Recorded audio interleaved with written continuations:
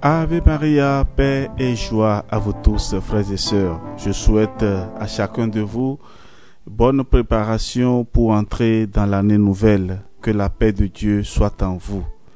Après les différentes méditations, les différents thèmes abordés, plusieurs fidèles m'ont demandé de leur parler de la dîme. Et je voudrais, à partir de cet instant, à partir de ce premier numéro, parler donc de la dîme. Qu'est-ce que la dîme? Quelle est la puissance de la dîme? Les raisons pour apporter la dîme et les bénédictions qui accompagnent la dîme. Et nous parlerons aussi de la dîme dans le Nouveau Testament. Alors, frères et sœurs, asseyez-vous confortablement et nous allons prendre l'envol avec cette musique de sous-fond.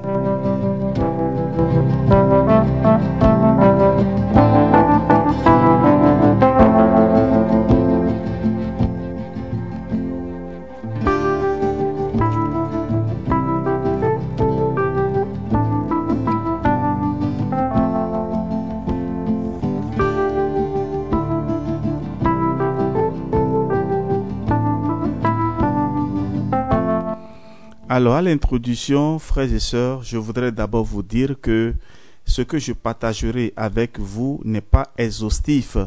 Il y a peut-être des aspects que d'autres personnes peuvent aborder.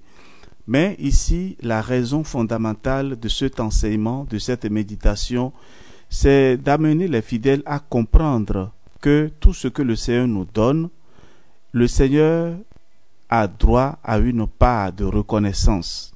Donc, c'est l'objectif de ces méditations. Alors, ce n'est pas obligatoire, je le dis déjà au départ ici, ce n'est pas obligatoire de donner la dîme, elle doit être volontaire. Et donc, Dieu ne force jamais quelqu'un et l'Église ne force pas non plus les fidèles à donner la dîme. Donc, c'est un enseignement que je donne pour répondre à certaines et préoccupations de nos fidèles. Mais sachez que la dîme est accompagnée de bénédictions. Alors, le mot dîme est lui-même une façon de dire dixième.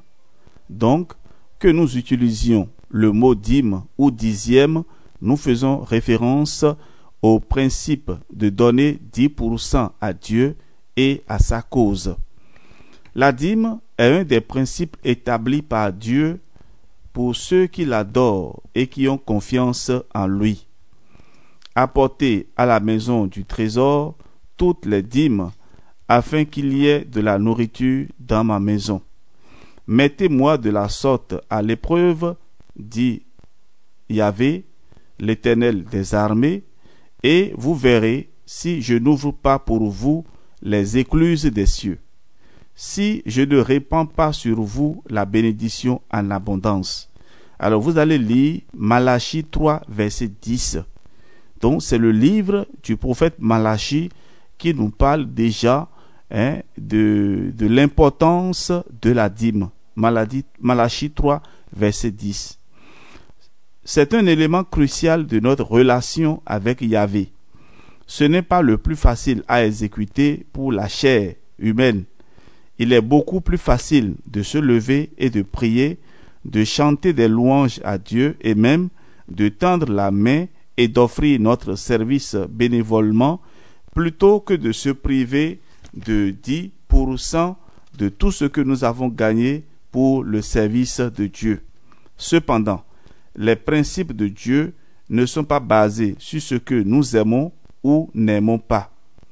En tant que pratique, la dîme ne vient pas aussi facilement ou aussi naturellement que les dons occasionnels en réponse à un appel lancé pour aider des personnes dans le besoin. Alors, frères et sœurs, la dîme est un élément crucial de notre relation avec Dieu, comme je le disais tout à l'heure. Et je dois aussi ajouter qu'elle dévoile nos cœurs. C'est la preuve d'une foi croissante. Un homme qui ne peut pas s'éloigner d'un dixième tout en ayant la promesse de Dieu d'être béni n'a pas montré qu'il a la foi que le Dieu qui a annoncé la parole tiendra sa parole. La dîme est un élément crucial de notre relation avec Dieu. Elle dévoile nos cœurs. C'est la preuve d'une foi croissante. Alors ça veut dire quoi? Si un homme n'arrive pas à s'éloigner d'un dixième de ce qu'il gagne, tout en pensant à la promesse de Dieu, à la bénédiction promise par Dieu, alors il n'a pas montré qu'il a la foi en Dieu. Et il faut vraiment avoir la foi en Dieu pour donner sa dîme. Alors pour expérience pastorale personnelle, j'étais resté dans un pays anglophone et je dirais bilingue, où les anglophones ont compris l'importance de donner la dîme. Et le dimanche à la messe, lorsque ils organisent les Thanksgiving ou Special Thanksgiving, alors vous voyez comment nos frères anglophones se manifestent leur foi à travers la dîme. Et nous les francophones, nous avons besoin encore d'enseignement et nous avons besoin encore de la lumière de Dieu.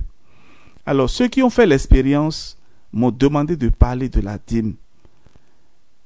Nous lisons par exemple dans la lettre aux Hébreux chapitre 10 verset 23. Retenons fermement la profession de notre espérance, car celui qui a fait la promesse est fidèle.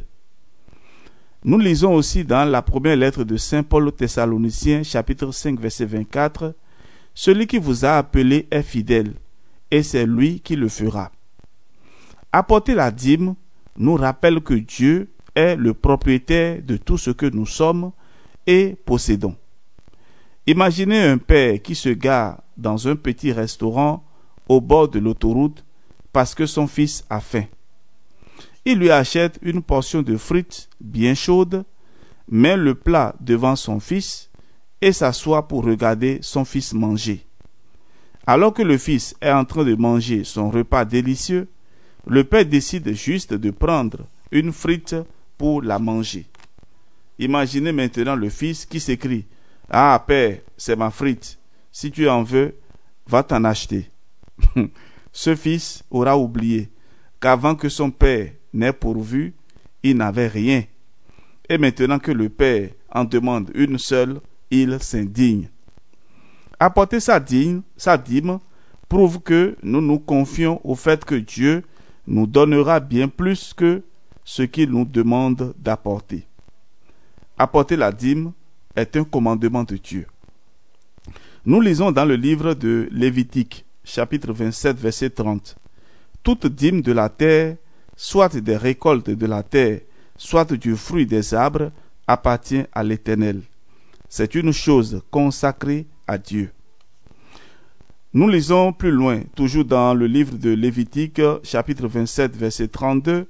Toute dîme de gros et de menu bétail, de tout ce qui passe sous la houlette, sera une dîme consacrée à Dieu. Attendez une minute avant de réagir en disant que tous ces passages sont tirés des lois lévitiques et avant de dire que ces passages datent du temps de Moïse. Alors plus loin, et nous montrerons que bien que le fait d'apporter la dîme ait été pratiqué au temps de Moïse, il est clair que c'était une pratique qui a précédé Moïse et qui doit continuer à être pratiquée sous la dispensation de la grâce. Apporter la dîme est un acte d'adoration. Tout don fait dans la maison de Dieu va au-delà de la pratique mondaine des dons, personnels ou d'entreprise pour des causes sociales. Apporter la dîme révèle l'état du cœur de l'homme. Dans Matthieu 6, verset 21, nous lisons « Car là où est ton trésor, là aussi sera ton cœur. » Toute dévotion qui ne touche pas au porte-monnaie de l'homme n'est qu'une série de mots. Apporter la dîme est une question de cœur. Si un homme a du mal à relâcher la dîme, il démontre l'état de son cœur. Car là où est votre trésor, là aussi sera votre cœur.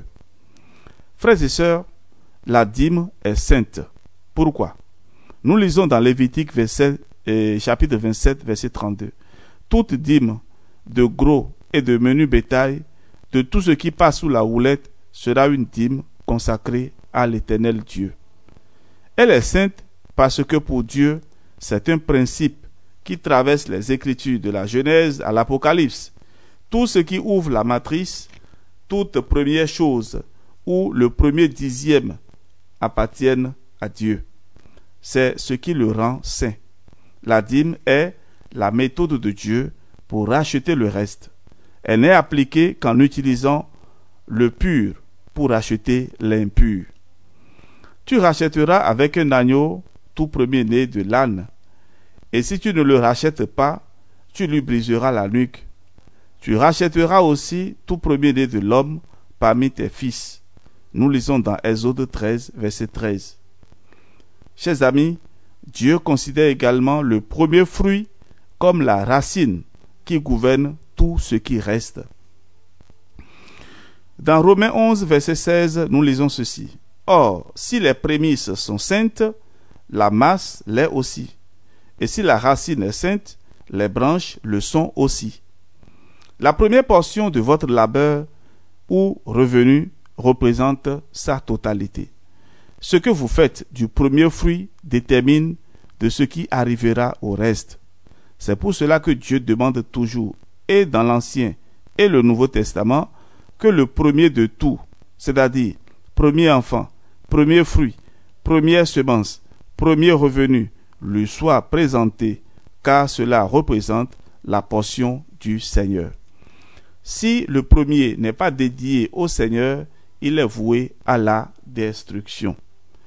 Il n'y aura peut-être pas assez de place, frères et sœurs, dans nos cœurs pour comprendre de telles réalités. Mais si nous ouvrons notre cœur à l'Esprit Saint, il peut nous faire comprendre ce que c'est que la dîme. Alors, nous allons parler à présent de la dîme selon la Bible. Il existe aujourd'hui plusieurs approches pour donner. Les milliardaires du monde consacrent une grande partie de leurs revenus à sauver l'humanité. La forêt amazonienne, des espèces animales menacées, des plantes, etc. Ces actions sont célébrées, mais elles ne sont pas basées sur les mêmes fondations, bénédictions ou pouvoirs que la dîme selon la Bible. La dîme selon la Bible est destinée à honorer Dieu. Regardons les choses en face, frères et sœurs. L'argent que vous donnez ou ce que vous apportez en nature restera dans la maison de Dieu. L'église à laquelle vous l'avez apporté, mais votre attitude montera vers Dieu. Et donc, ce que vous donnez restera à l'église à laquelle vous l'avez apporté, mais votre attitude montera vers Dieu. Honore Dieu avec tes biens et avec les prémices de tout ton revenu.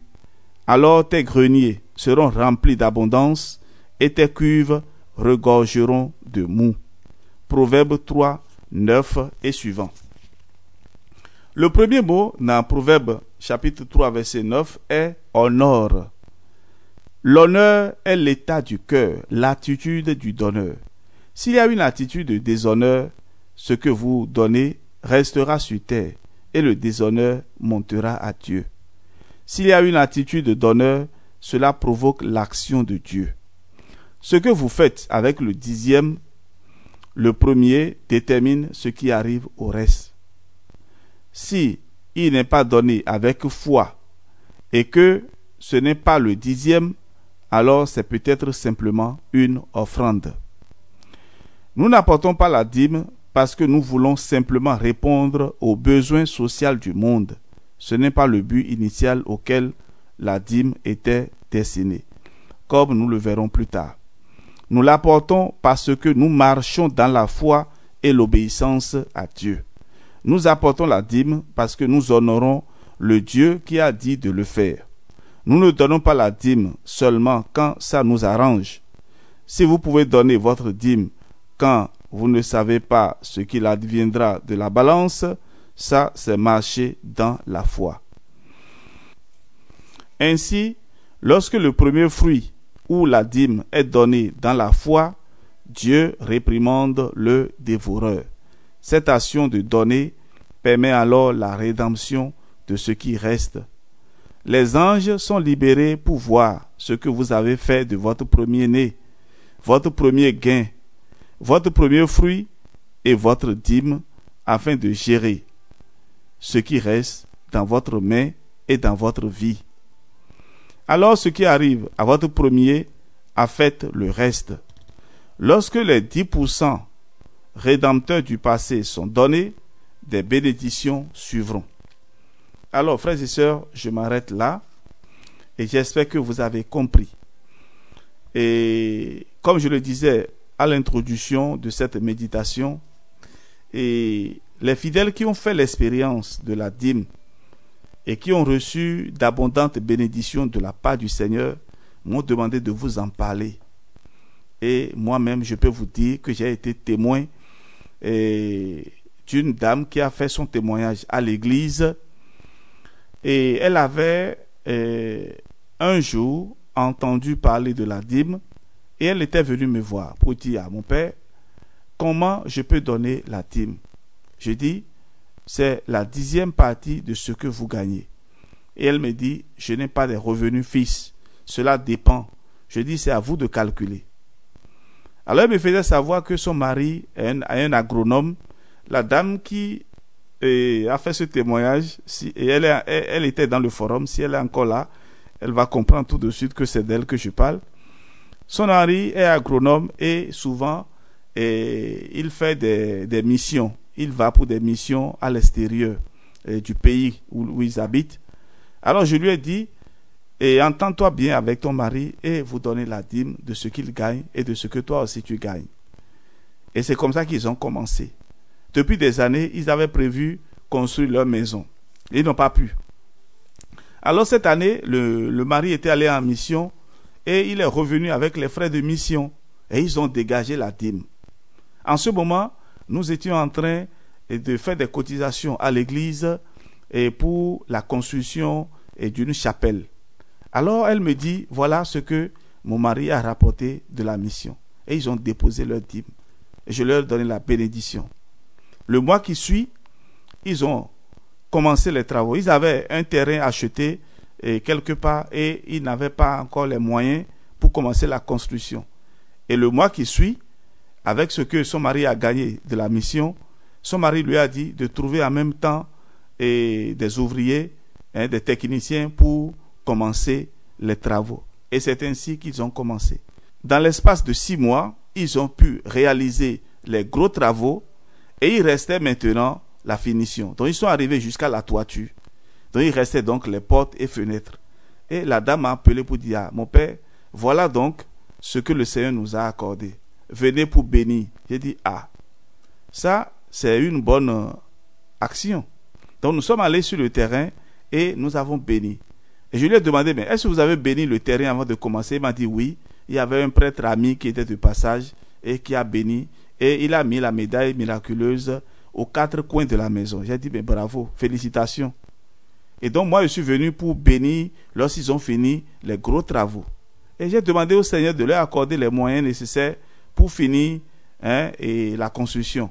Donc vous savez que, et pour ceux qui ont déjà fait l'expérience de la construction, et les travaux de finition coûtent aussi vraiment cher. Et ça dépend de vos goûts, de ce que vous voulez. Et une chose est de réaliser les gros travaux, mais la finition demande aussi un investissement important. Et donc j'ai demandé au Seigneur de leur accorder le double de ce qu'il leur avait donné pour commencer ces activités. Et ainsi, ils ont commencé petit à petit. Et un peu avant Noël, ils m'ont demandé donc de venir pour bénir la maison et ils vont intégrer. Donc ils ont commencé, ils ont quitté la location pour entrer dans leur propre maison. C'était à la veille de Noël. Et c'est ainsi que ce jour-là, avec la permission de l'ordinaire, nous avons donc célébré la messe. Et là, et ça a été une action de grâce.